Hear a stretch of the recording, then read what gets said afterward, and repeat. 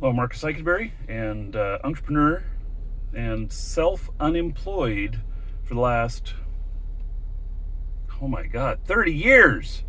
Holy cow. Man.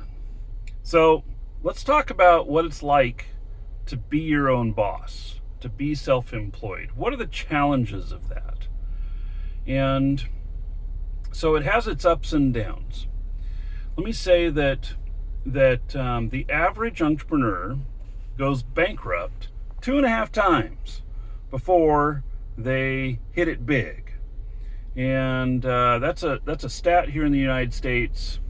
And so I can say that I'm ready to be rich. I've been bankrupt twice, and one was because I mismanaged the money. And second one was because, well, did I mismanage the money? I mean, it was stolen. It was embezzled by somebody in the company. And the amount was so great that the company could not withstand it. And so, what's it like to be self-employed? All right, well, let's talk about what it's like to be employed, to work for somebody. When you work for somebody, and life is relatively easy. You have your challenges at work, and you're probably working like 40 hours a week, something like that. And you are, they take the taxes out for you. They may offer you health insurance, some other benefits and stuff. And life is generally not bad. You get some paid vacation and everything. And then if you are self-employed, well, there's a saying that I have. Why work for somebody else 40 hours a week when you can work for yourself 80? Because that's what it's like. So when you are self-employed, who's your boss? Well, your customer is your boss. You don't typically have another boss, though. And I mean, unless you are, CEO and there's board of directors and stuff like that, then they are your boss.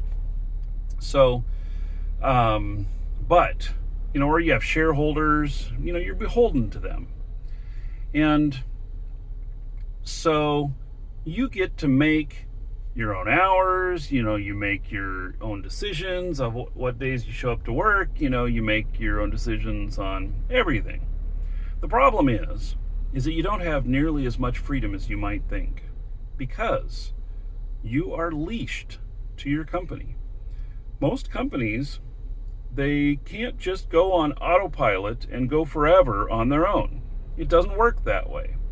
And when you treat them that way, things like I mentioned that I had a big theft at one of my companies, things like that happen when you are not fully engaged. I was not fully engaged.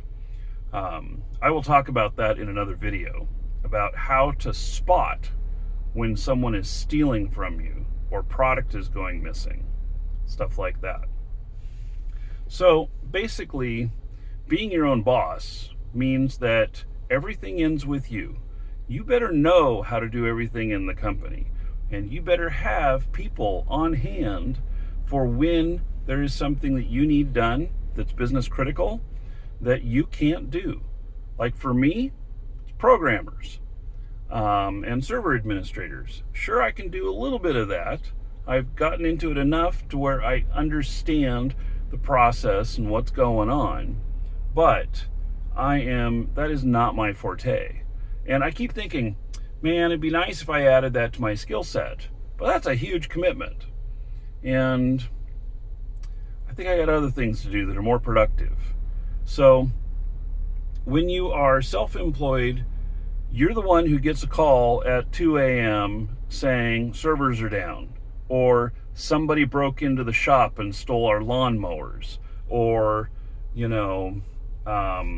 customer was at the bar and fell down and died, or, whatever.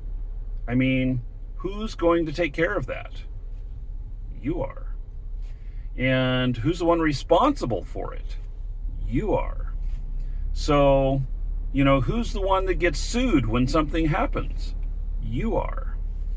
When you're an employee, the worst that happens is you get fired, typically. You don't typically, unless you're grossly negligent and you very intentionally cause harm or damage or whatever, do you face any other consequences other than being fired. Being fired, you're released from it. You go on your way. As a business owner, what happens is it chases you forever until it's completed.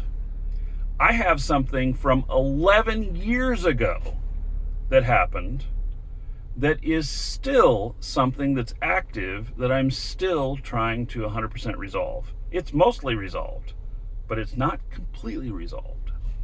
And 11 years ago, what the hell? Why would anybody think that they would have to put up with something for that long? Well, it's just the way it is. So anyway, you can make a ton of money being self-employed, or you can go bankrupt, which I've done twice.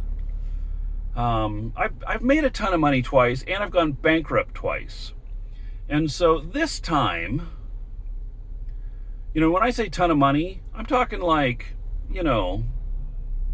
I had a ton of money. I mean, like brand new cars and, nice house and all of that stuff. But, when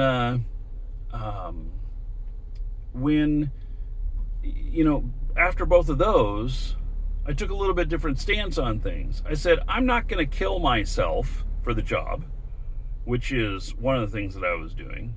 I am going to take it at a slower pace intentionally. I am going to manage my money a ton better, which I have been. And I'm going to talk about that in another video on how to manage your money and know where your money is at in the company. That's very, very important. Very important. And so this time, I'm on 8-year stretch or something like that. Been doing the same company, and it's working out well. I got a roof over my head. I got a car. It's not brand new, and I've got a little bit of money in savings, and I'm generally happy. And but I still have all those responsibilities. Yep, they're all still there.